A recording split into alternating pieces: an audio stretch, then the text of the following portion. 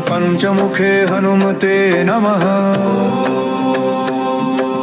पंचवक्त्रं महाभीमं त्रिनेत्रं च महाबलं सिंहिकागर्भसम्भूतं हनुमन्तं नमाम्यहम्।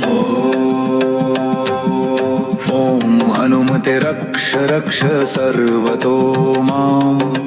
पूर्वे हनुमान् कपिमुखधारी रक्षतु माम्। दक्षिणे नारसिंहवपुर्मां सदा पातु। पश्चिमे गरुडरूपवान् रक्षतु। उत्तरदिशि वराहरूपः सदा रक्षतु माम्। ऊर्ध्वे हयग्रीवविग्रहः पातु मे शिरः। अधस्तात् ब्रह्मास्त्ररूपः पातु पादयुग्मं सदा मम। अष्टदिशि रक्षतु पञ्चवक्त्रः। स्वप्ने जागृति गच्छतः पश्यतः शयानं। पश्यन्तं हसन्तं चलन्तं सर्वदा रक्षतु हनुमान् महाबलः। अञ्जनीसुताय महाबलाय रामदूताय नमः। ॐ किलकिलाय वीराय विक्रान्ताय नमो नमः। ॐ भूतप्रेतपिशाचादिनाशाय स्वाहा। ॐ असिधारा कृशानुवत्कवचं मे हनुमान् स्थापयतु। रामभक्ताय रामदूताय हनुमते नमः। सर्वशत्रुनिवारणाय कवचं पठेत्। रक्षां कुरु महाबाहो त्राहि त्राहि नमोऽस्तु ते। ॐ हं हनुमते नमः। ॐ अञ्जनीसुताय नमः। ॐ वायुपुत्राय नमः।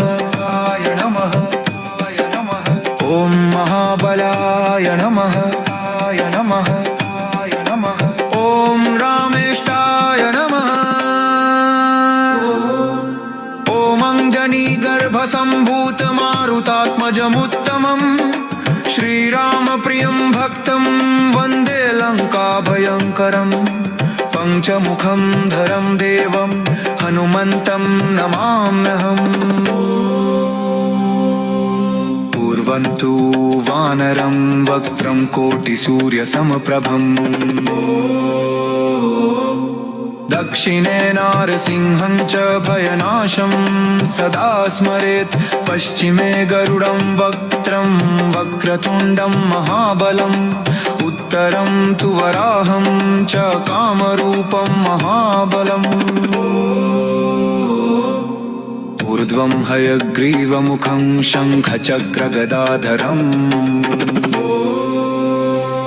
एवं पञ्चमुखं रूपं हनुमन्तं महाबलं।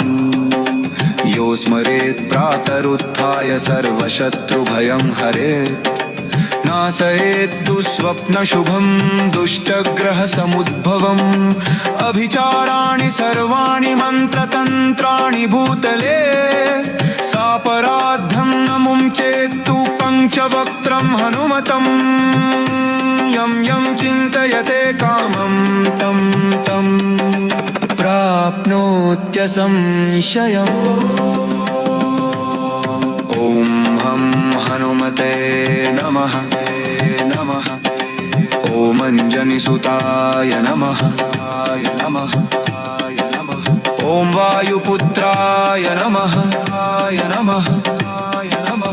ॐ महाबलाय नमः।